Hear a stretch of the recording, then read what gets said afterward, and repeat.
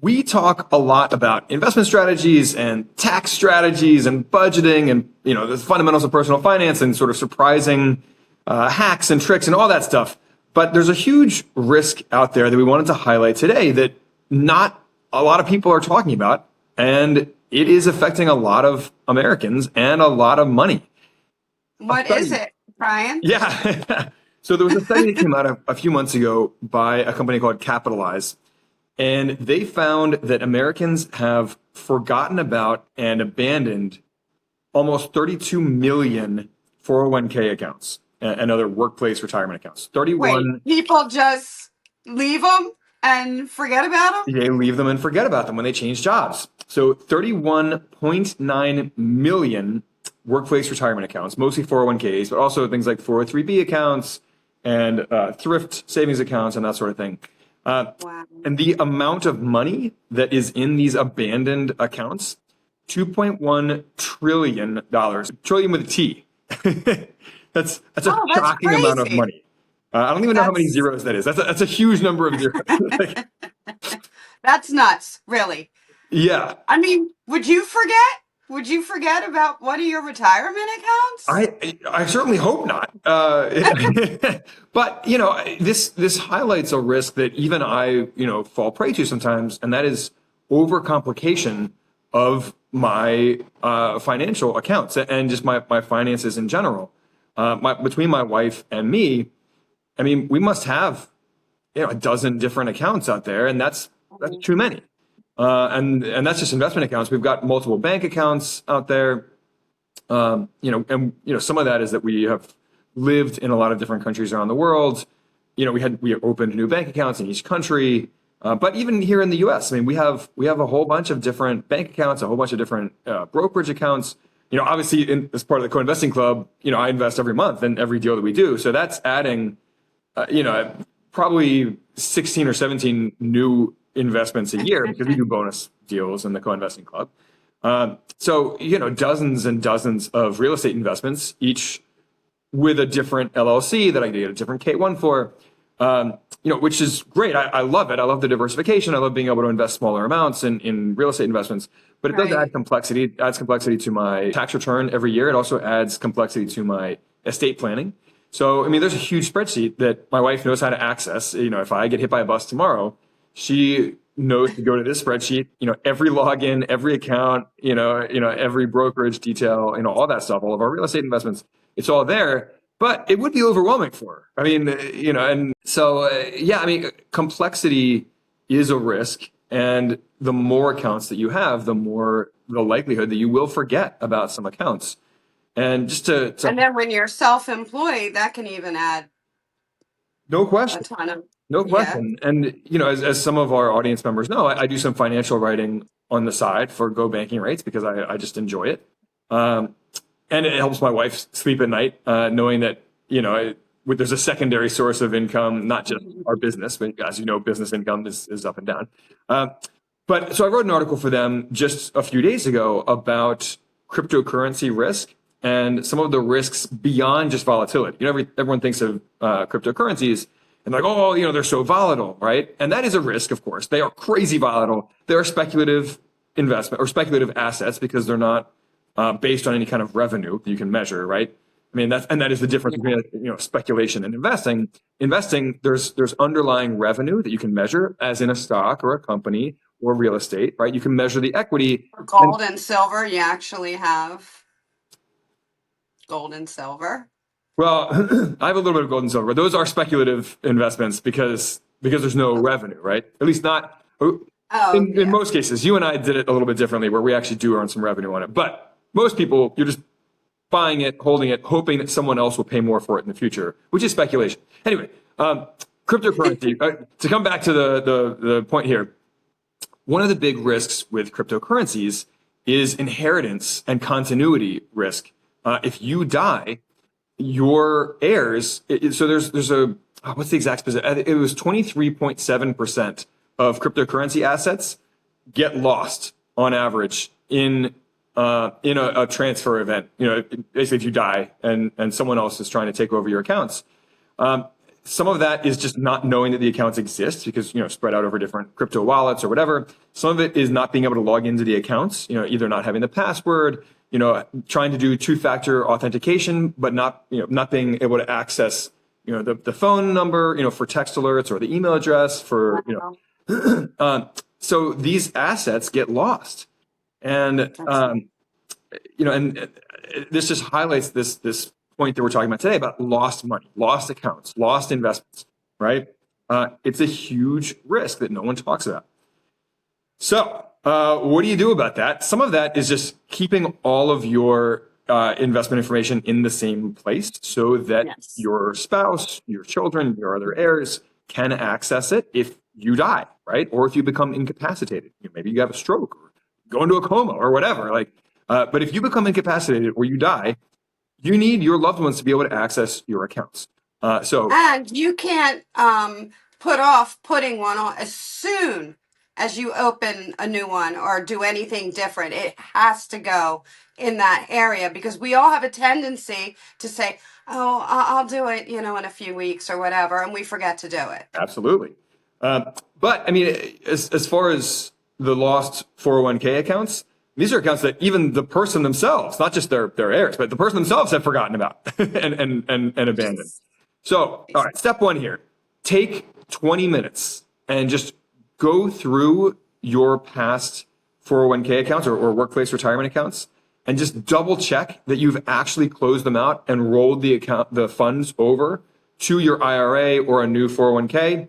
Preferably roll that over to an IRA that you completely own and control. Yes, you do own your 401k account, but you don't fully control it since it's through your employer and you have to move it every time you change jobs. Your IRA, you don't have to move every time you change jobs. It's just there. It's yours for life. So roll your funds over to an IRA is step one. And just double check that you've done that with your past account. If you can't remember, if you're not 100% certain, go back and double check, log into those accounts, and then roll those funds over to your IRA. Second, consider rolling those accounts over to a Roth IRA instead of a traditional IRA. Now, what is the difference between Roth and traditional? I'm glad you brought that up as a refresher for our listeners. Traditional IRA, you get the tax break now. You get a deduction on your tax return for the money that you contributed to a traditional IRA or traditional 401k. Same tax benefit there.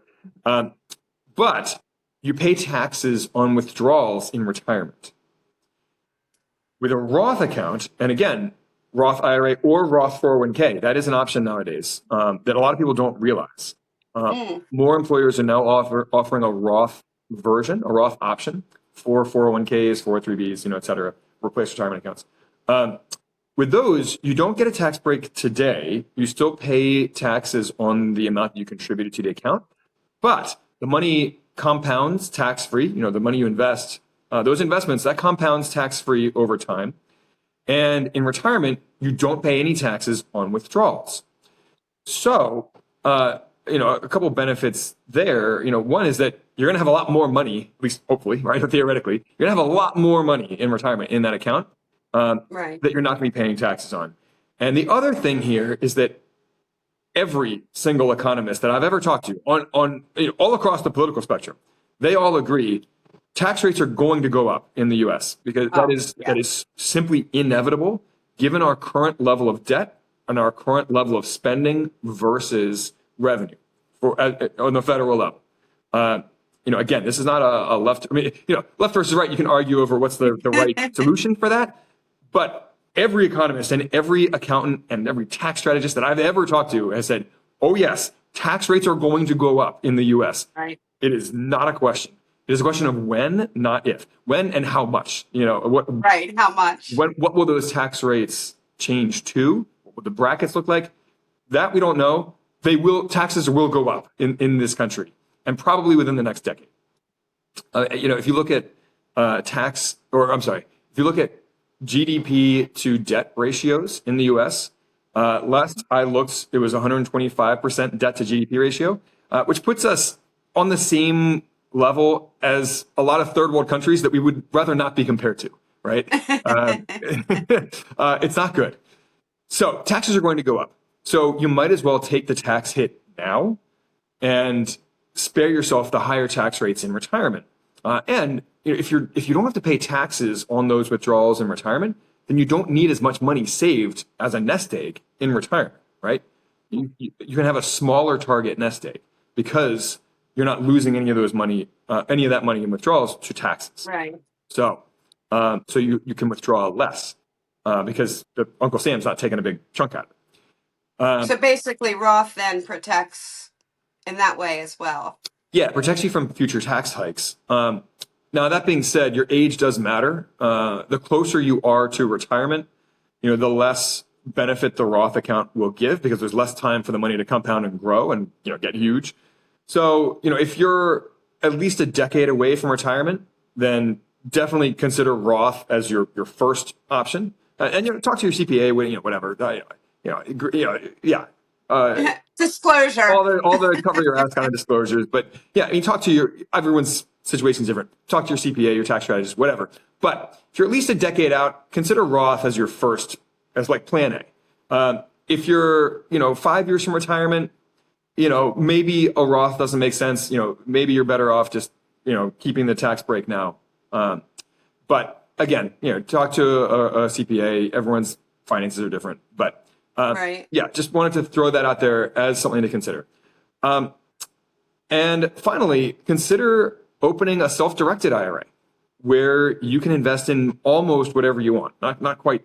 There are some limitations, but there are very few limitations on self-directed IRAs. So you can invest in real estate, whether that's owning properties directly or whether it's passive real estate investments like what we do in the co-investing club, Right. where we get together every month. We vet a new passive real estate investment with a different operator, different syndicator or, joint venture partner or, a different private node or, whatever it is that month. And those Roth IRAs are very popular amongst many of our members. Yeah, so a lot of our members have self-directed IRAs, and some of them have Roth versions of that. And that's worth highlighting as well, Deni, like you mentioned.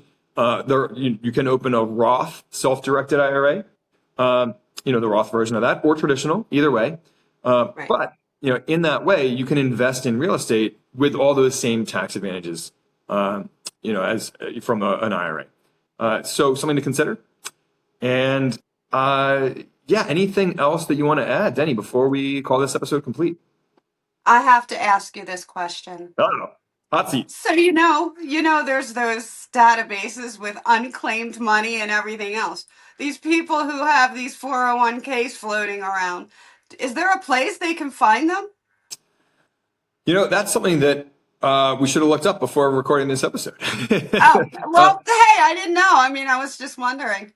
Yeah, I think there are actually. I've heard that there are databases about those. So look into that. If you're worried that you have a forgotten 401k account out there, but you're not exactly sure how to access it or where it might be held, because these have to be held through a custodian, right? So maybe you've forgotten which custodian, maybe the company you used to work for, maybe it doesn't exist anymore, so there's no one for you to contact and ask about it. So do your own homework on that. But that's a great point, Deni, that there is some extra help out there, I believe, if you can't access your old 401k account. If you lost the login, can't remember the custodian information, maybe you can't contact your old company anymore for whatever reason. So look into that if you can't access your old 401k account, but you suspect that it is out there. Try to get some help on that. Didn't mean to go off there a little bit, but it was just something that was in my mind. No, it's good. It's a good point, and it's something that people should do before just writing that money off as lost money. Because we're often talking about tens of thousands of dollars, sometimes even hundreds of thousands of dollars. Money that could make or break your retirement. That has get lost. Again, $2.1 trillion in these roughly 32 million lost accounts. It's an enormous sum of money. It's a mind-boggling sum of money. That could solve a big chunk of the federal debt. I was just thinking that when you said that. And could certainly solve your own, some of your own retirement woes. So anyway, on that note, guys, if you got something out of this episode, if you got a fresh perspective, please subscribe to the show, share this episode with your friends, colleagues, neighbors. And if you didn't like this episode, email us, support@sparkrental.com. Let us know what you want to hear more of. And lastly, consider joining us in the Co-Investing Club. We are a community. We're an old school investment club with a new school model of just meeting on Zoom every month to collectively, as an investment club, vet a new hands-off real estate investment. With someone else. We're not running these investments. We're just inviting people in to present their investments, and we vet them together as a club. We'll get 50 people all grilling the operator together and analyzing risk together, asking amazing questions, asking good, smart questions. You get that group benefit of the wisdom of every other investor on that call. And then we talk it over. We kick the operator off the call. We talk it over and wrap our heads around the risk versus the returns. And then we'll invest with $5,000 or more per person for anyone who's interested. Anyway, if you're not familiar with passive real estate investments and how those work, we do have a free course running you through the basics of that, sparkrental.com/free. And on that note, stay weird, unconventional investor.